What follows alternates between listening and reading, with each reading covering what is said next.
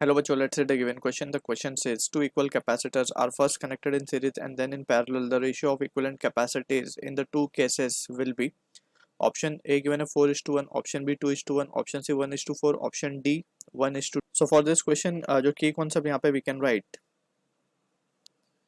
as a concept of combination of capacitors, combination of or just combination of capacitors.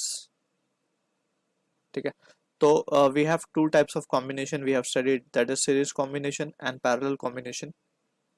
So जब भी same amount of charges are developed on the plate of the capacitor on different capacitors, so we can say that those capacitors are in series, right? So series के लिए जो हम C equivalent का formula निकालते हैं, that is 1 over C equivalent will be equals to 1 upon C1 plus 1 upon C2 and so on.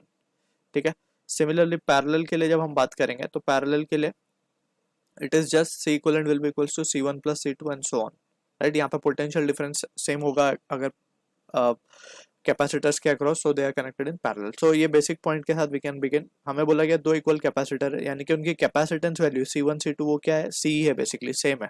ठीक है, first connected in series, तो सीरीज के लिए हम निकालेंगे इसको, तो सीरीज के लिए क्या आ जाएगा, ये it will be C equivalent for two capacitor. हम लिख सकते हैं C1 C2 upon C1 plus C2, यानी कि C स्क्वायर अपॉन 2C, यानी कि C/2, राइट? फॉर पैरेलल अगर हम देखें तो पैरेलल के लिए जस्ट C इक्विवेलेंट क्या हो जाएगा हमारे पास, इसको हम C इक्विवेलेंट डैश बोल देते हैं. It will be just the addition, यानी कि 2C. तो वी कैन से हमें पूछा गया था ratio of equivalent capacities in two case, series to parallel, यानी कि C equivalent upon C equivalent dash, and that will be equal to C by 1/4.